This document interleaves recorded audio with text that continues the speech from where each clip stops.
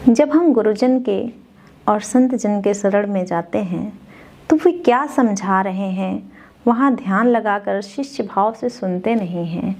वहाँ हम अपनी तर्क बुद्धि स्थापित करने का प्रयास करते हैं, परंतु सत्यता तो ये है कि वे जो समझा रहे हैं उसे बस सिर्फ समझते जाओ, जैसे करने को कह रहे हैं बस करते जाओ, स्वतः समझ आता चला जाएगा।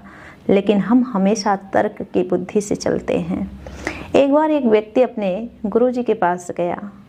वो बार बार एक बात बताते हैं कि ये जो जीव है वो और परमात्मा दोनों एक दूसरे में समाये हुए हैं, परमात्मा का ही अंश जीव है। तो एक दिन उसके मन में बड़ा तर्क आया और गुरुजी से प्रश्न किया कि परमात्मा और जीव समान तत्व से बने हुए हैं, तो एक बात बताइए कि परमात्मा की तरह ये जीवात्मा, ये जीव, मनुष्य सब हर जगह सर्वत्र विद्यमान क्यों नहीं होते हैं?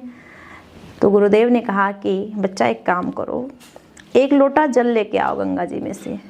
वो गया, गंगा जी से एक लोटा जल निकाल करके लाया, गुरुजी के पास रख दिया। गुरुजी ने कहा अब बताओ क्या तुम इसमें नाव चला सकते हो? तो शिष्य ने कहा नहीं गुरुजी, इसमें नाव नहीं चल सकती है।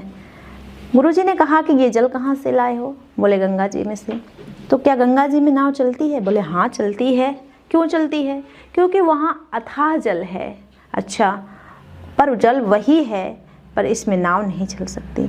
इसी तरह से वो जो अजर अमर अविनाशी परमात्मा समुद्र रूपी है, उसी का एक बूंद यह जीवात्मा है तो वही तत्व उसमें भी, परंतु अभी उसके गुणों का विकास नहीं हुआ है, इसके गुणों की न्यूनता है।